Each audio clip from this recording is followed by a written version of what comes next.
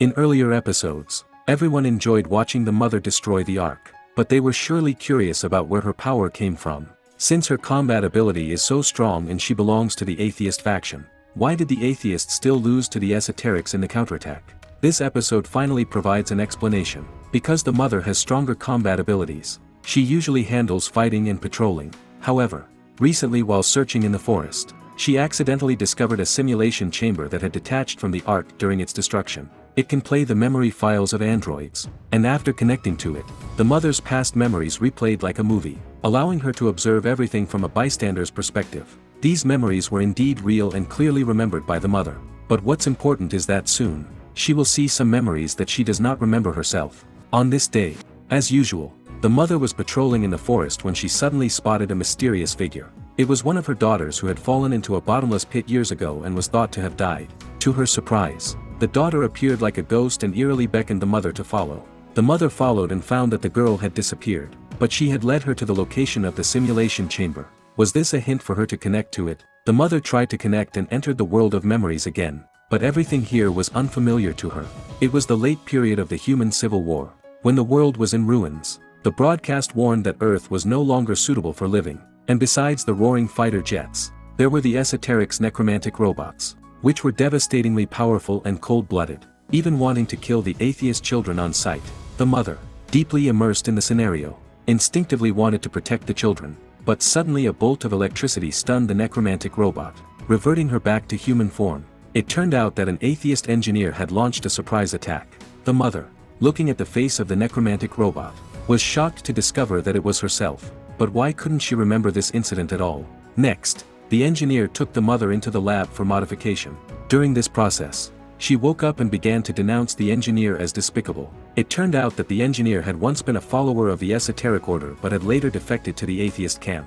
Now, he had captured the mother to modify her, hoping to turn her into the last hope for the atheists. As they spoke, the engineer had found the mother's memory chip and began modifying her memories. When the next memory segment started, much time had passed, and the mother's emotional transformation was well underway. She no longer harbored hostility towards the engineer, and in fact, she felt somewhat fond of him. However, there was still some distance before she could become a qualified mother. Today, the engineer brought a baby for the mother to try and nurture.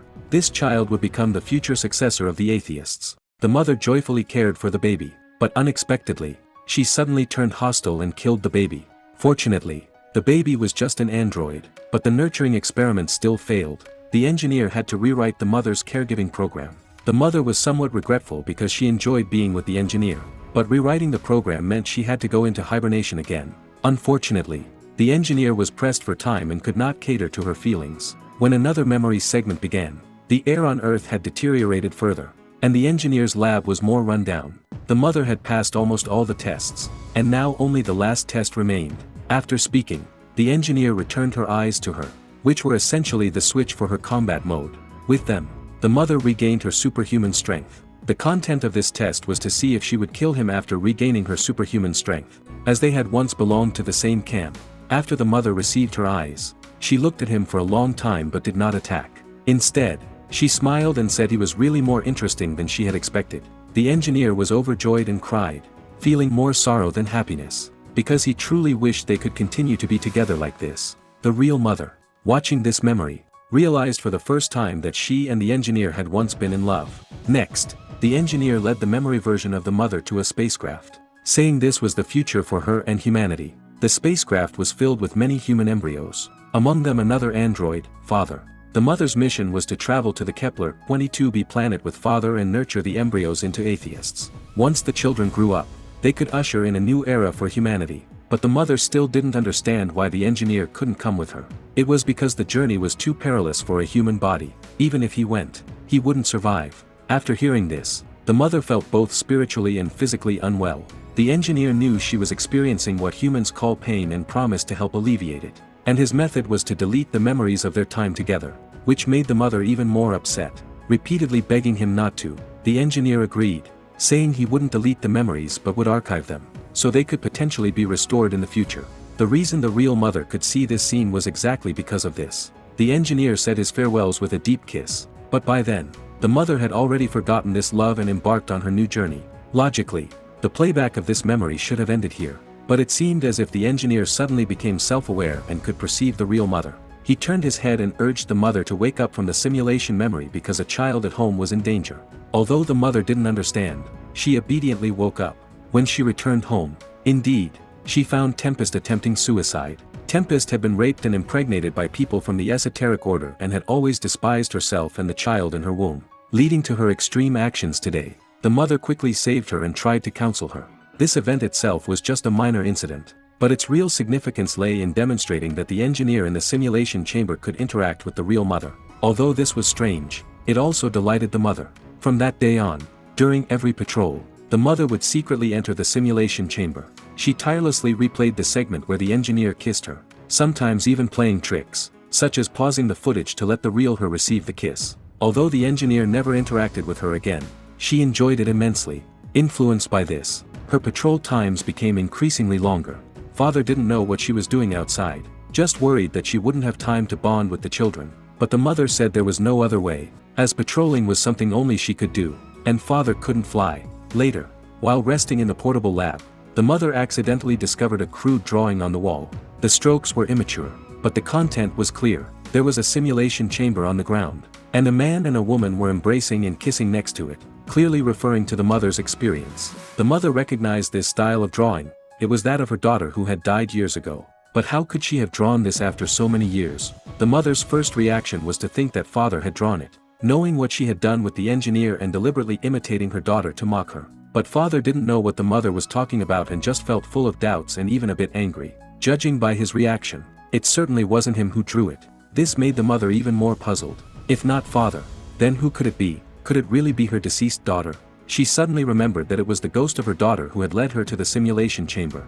And after she connected, the engineer was able to interact with her. Could this time be the same? She hurriedly connected to the simulation chamber. And indeed, she saw the engineer, and he really could interact with her. The mother then understood that the drawing on the wall, whether it was from her deceased daughter or not, was generated by the engineer using some method. His goal was to bring her here to meet. The engineer admitted this, saying it was because he was too lonely and missed the mother too much. The mother laughed, thinking his words were too serious, because she knew the engineer in front of her wasn't real, just a virus in the simulation chamber. But the engineer said it wasn't so.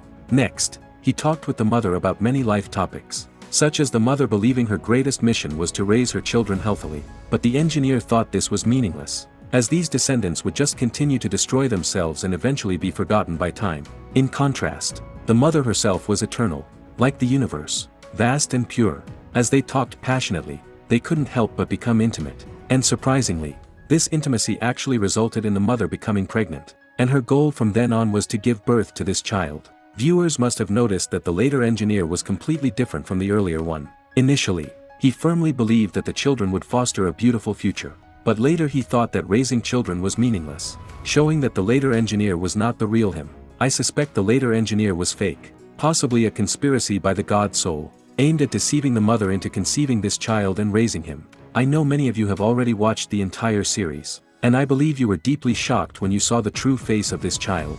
But for now, let's follow the story to see what happened on the side of the esoterics. Previously, through several thrilling manipulations and internal struggles, Marcus and his wife managed to overthrow the esoteric bishop. Since the bishop indeed made many decisions against the doctrines, Marcus's action was seen as just by his followers, and they raised no objections. Subsequently, Marcus wanted to become the new leader, but several priests opposed this because, according to rank, they were the highest among the survivors. However, Marcus had built considerable respect among the soldiers, and with their support, the priests had to relent. From then on, Marcus assumed leadership, leading the esoterics to rescue the children, primarily to save his own son. Not long after Marcus and his group set out, they encountered a piece of spaceship wreckage. Inside the wreckage was a device similar to a mirror, which was part of the spaceship's thrust system capable of collecting scattered light and concentrating it into high-energy beams. Marcus thought this mirror could be used to attack the mother and took it with him. Later, he heard quarreling nearby. It turned out that several soldiers had found a criminal in the wreckage and were beating him to vent their frustration. This man was a rapist who had assaulted women during their hibernation, believing not that he was committing a crime, but that he was obeying the voice of the God Soul, who instructed him to spread his seed. The esoteric court had already sentenced him to death, but before the sentence could be executed, the spaceship had crashed. Knowing they needed more hands to fight against the mother, Marcus spared the criminal's life to use him as cannon fodder. Continuing on their journey, they discovered the skeleton of a gigantic monster. Both the mother and father had previously found similar skeletons, but the film had not delved into the origins of these creatures, which resembled some type of giant serpent. The following episodes also featured many scenes related to serpents, suggesting that serpents once played a significant role on this planet.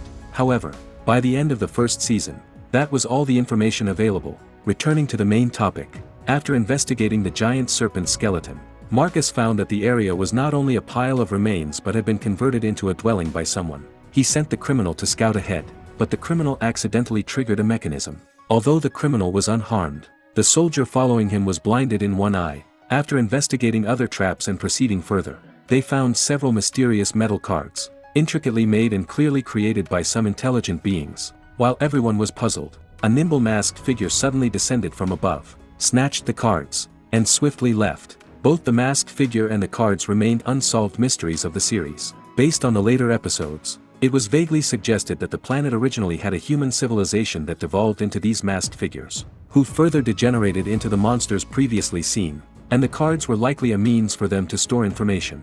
Marcus wasn't concerned about the masked figure's escape. He and his men continued their investigation and discovered that many holes had been chiseled into the giant serpent's skull overhead, representing the stars. On the ground, many small stones were arranged in a pattern forming a map. Each stone represented the mysterious cubes they had encountered, the hills they had crossed, and the valley they were currently in. Further ahead was a residential area where the kidnapped esoteric children were located. It seemed that the masked figure had been secretly monitoring the children, though no one knew why. But the good news was that the children's exact location could now be determined. After a night's rest, the group indeed found the settlement and discovered the esoteric children, including Marcus's son. The children had previously distrusted both the mother and father and had tried to escape, but now relations had improved significantly. Marcus knew he couldn't rashly rescue his son, as the mother would chase them to the ends of the earth. He needed to find a way to eliminate her first. After several days of observation, he noted that the mother flew the same patrol route every day. He led his men along this route and found the abandoned simulation chamber. As mentioned before, it had also fallen during the spaceship's explosion.